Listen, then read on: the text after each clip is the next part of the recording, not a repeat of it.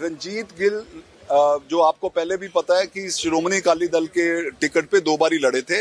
वो तो 2-3 महीने पहले श्रोमणी अकाली दल छोड़ चुके थे। हमारा एलिगेशन ये था कि आपकी गवर्नमेंट जो गवर्नमेंट पावर में है उन्होंने उनको बार बार अप्रोच किया था कि वो आपको ज्वाइन कर लें, पर उन्होंने उनको नाराज कर 1 अगस्त को बीजेपी ज्वाइन कर ले। 1 अगस्त को ही इन्होंने प्लानिंग से उनके 4 प्रीमिसेस पे सर्च वारंट लेके आए, जिस सर्च वारंट में 2025 की विक्रम मजीठा की एफआईआर का मेंशन था, जिसमें उनका कोई लेना देना नहीं है।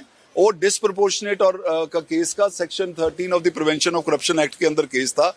जब वहां पर उनको कुछ नहीं मिला और वो अकाउंट बुक्स वगैरह लेके इन्होंने एक नया किया। 3 दिन के बाद 4 तारीख को एक 2021 का एनडीपीएस का केस था विक्रम मजीठा में, उसमें इनको और इनके 2 अकाउंटेंट्स को एज विटनेस सम्मन करने के लिए बुलाया गया। इसकी एप्रीहेंशन देखते हुए हम हाईकोर्ट में आए कि हम किसी भी केस में अक्यूज नहीं है, ना हम किसी तरह से कनेक्टेड हैं। ये सारी पॉलिटिकल प्रेशर डालने के लिए पिटिशनर को और जो प्रेजेंट डिस्पेंसेशन है गवर्नमेंट है उसकी अनॉयंस के करके हमें किसी ना किसी केस में ये इन्वॉल्व कर हमें अरेस्ट कर एक ह्यूमन डिग्निटी का मामला है कि हमें ताकि हम किसी कोर्ट को अप्रोच ना कर सकें, उसके करके ये सारा कर रहे हैं। आज कोर्ट ने जब ये सुनने के बाद एडवोकेट जनरल पंजाब के जो एडिशनल एडवोकेट जनरल पेश हो रहे थे उनसे पूछा कि what is the position. He has recorded that in those 2 cases he is not an accused, but हमने एक स्टेप आगे कहा कि ये एज ऑन टुडे अक्यूज कह रहे हैं। अगर कहीं हमें अक्यूज बनाते हैं तो हमें एटलीस्ट 7 या 10 डेज का नोटिस चाहिए। हमारी प्रेयर 2 वीक्स की है, सो दैट हम कहीं ना कहीं अपनी लीगल रेमेडी में एंटीसिपेटरी डाल सकें। और prima facie on the case face of it ये सारी जो नोटिस आ रहे हैं नॉट ओनली इलीगल हैं पर मेलाफाइड ही हैं। कोर्ट ने हमें सुनकर नोटिस पंजाब को किया है और उनको कहा है कि इनकी पिटीशन का जवाब दें पर्टिकुलरली, और मंगलवार के लिए रखा है। इन द मीनवाइल उन्होंने रिकॉर्ड स्टेटमेंट कर लिए कि एज ऑन टुडे पिटीशनर किसी भी केसों में दोनों में अक्यूज नहीं है। विजिलेंस ने जो छापेमारी की थी उनके घर में, ऑफिस में, उस दौरान उन्हें कुछ मिला था उनकी तरफ से कुछ? हमने सारा कोर्ट को दिखाया कि ये सारे ऑडिट अकाउंट्स लेकर या बुक्स ऑफ अकाउंट्स लेकर ये तो किसी भी एजेंसी को इनकम टैक्स रिकॉर्ड से मिल जाएंगे। $10 ले गए हैं, 50,000 रुपए ले गए हैं, और साथ में कागज ये ऑडिट बुक्स और अकाउंट बुक्स हैं जो किसी भी ऑडिट एजेंसी को एक इनकम टैक्स को बुलाकर सब कुछ दिया जा सकता है। इस तरह के कागज लेके जाए हैं।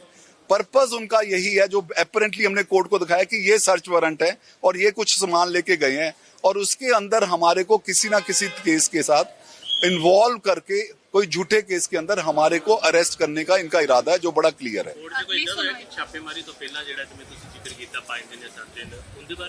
ਅਸੀਂ ਇਹ ਕਿਹਾ ਸੀ कि छापे मारन तो पहला देयर इज ए प्रोविजन कि ये सर्च वारंट आप तब ले सकते हो कोर्ट से अगर हमें पहले नोटिस दिया हो कि आप ये कागज प्रोड्यूस करो, और मैं उसमें फेलियर हो जाता हूँ। और हम भी सर्च वारंट का जो ऑर्डर किया है मजिस्ट्रेट से लिया है उसकी कॉपी लेकर हम लीगली उसको एग्जामिन कर हम इसको भी इंडिपेंडेंटली चैलेंज करेंगे कि ये सर्च वारंट भी इलीगल है। अगली सुनवाई अब मंगलवार के लिए रखिए। देखो, बीजेपी पंजाब पहले दिन तो ये गल कह रही है कि सरदार रणजीत सिंह गिल दे विरुद्ध जिहड़ी कार्रवाई पंजाब सरकार ने आरंभी है, जिहड़ी रेड उन्हां दे घर च हुई, वो बिल्कुल पॉलिटिकल वेंडेटा है। राजनीतिक बदलाखोरी दी नीयत नाल किसी झूठे केस च फ्रेम करन लई ये सारी साजिश घड़ी जा रही है। रणजीत सिंह गिल जी बड़े खरड़ मोहाली इस पूरे ट्राई सिटी दे बड़े सन्मानयोग बिजनेसमैन है, बड़े वड्डे बिजनेसमैन है, डेवलपर है। उन्हां दे उत्ते लगातार दबाव पाया जा रहा सी कि वो आम आदमी पार्टी शामिल होण, जदों उन्होंने अकाली दल तो इस्तीफा दिता सी। आम आदमी पार्टी की पेशकश ठुकरा के अपने हल्के दे लोकां दी राय नूं ध्यान च रखते हुए पंजाब की बेहतरी लई उन्होंने भारतीय जनता पार्टी शामिल होने का फैसला किया।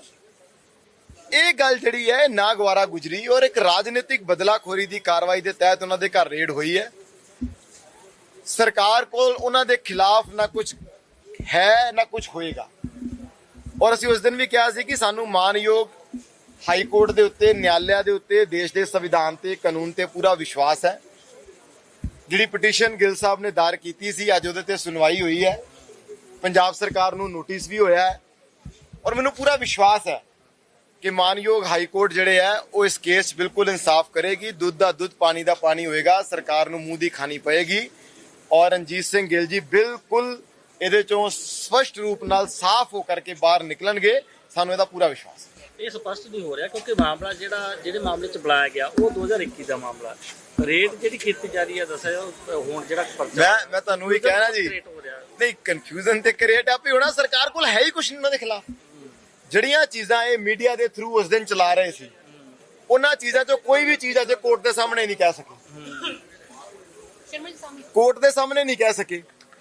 ਅੱਜ ਸਰਕਾਰ ਦਾ ਵਕੀਲ ਹੀ ਸਪਸ਼ਟ ਨਹੀਂ ਹੈ ਕਿ ਰਣਜੀਤ ਸਿੰਘ ਗਿੱਲ ਨੂੰ ਕਿਸ ਕੇਸ 'ਚ ਉਹਨਾਂ ਨੇ ਸ਼ਾਮਿਲ ਕਰਨਾ ਹੈ। ਸਪਸ਼ਟ ਕਹਿ ਰਹੇ ਨੇ ਜੀ ਉਹ ਤੇ ਅਕਿਊਜ਼ਡ ਹੈ ਨਹੀਂ ਹਲੇ, ਤੇ ਫਿਰ ਉਹਨਾਂ ਦੇ ਘਰ ਰੇਡ ਕਿਉਂ ਹੋਈ ਹੈ? ਇਸ ਕਰਕੇ ਸਰਕਾਰ ਨੂੰ ਸਮਝ ਨਹੀਂ ਆ ਰਹੀ ਕਿ ਹੁਣ ਇਸ ਮਸਲੇ 'ਚੋਂ ਨਿਕਲਿਆ ਕਿਵੇਂ ਜਾਵੇ। ਉਹਨਾਂ ਦਾ ਸੀ ਕਿ ਆਮ ਟਵਿਸਟ ਕਰਾਂਗੇ, ਬਾਹ ਮਰੋੜਾਂਗੇ, ਰਣਜੀਤ ਸਿੰਘ ਗਿੱਲ ਜਿਹੜੇ ਆ ਉਹ ਸਾਡੀ ਪਾਰਟੀ 'ਚ ਆ ਜਾਣਗੇ। ਭਾਰਤੀ ਜਨਤਾ ਪਾਰਟੀ ਜਿਹੜੀ ਹੈ ਉਹ ਪਹਿਲੇ ਦਿਨ ਤੋਂ ਇਸ ਆਮ ਟਵਿਸਟਿੰਗ ਦੀ ਪੋਲਿਟਿਕਸ ਦੀ, ਇਸ ਰਾਜਨੀਤਿਕ ਬਦਲਾਖੋਰੀ ਦੀ ਪੋਲਿਟਿਕਸ ਦਾ ਵਿਰੋਧ ਕਰਦੀ ਰਹੀ ਹੈ। ਔਰ ਮੈਂ ਫਿਰ ਅੱਜ ਇਸ ਗੱਲ ਨੂੰ ਦੁਹਰਾ ਰਿਹਾ ਕਿ ਪੰਜਾਬ ਦੇ ਲੋਕ ਇਸ ਪ੍ਰਕਾਰ ਦੀ ਰਾਜਨੀਤੀ ਨੂੰ ਕਦੀ ਸਵੀਕਾਰ ਨਹੀਂ ਕਰਨਗੇ।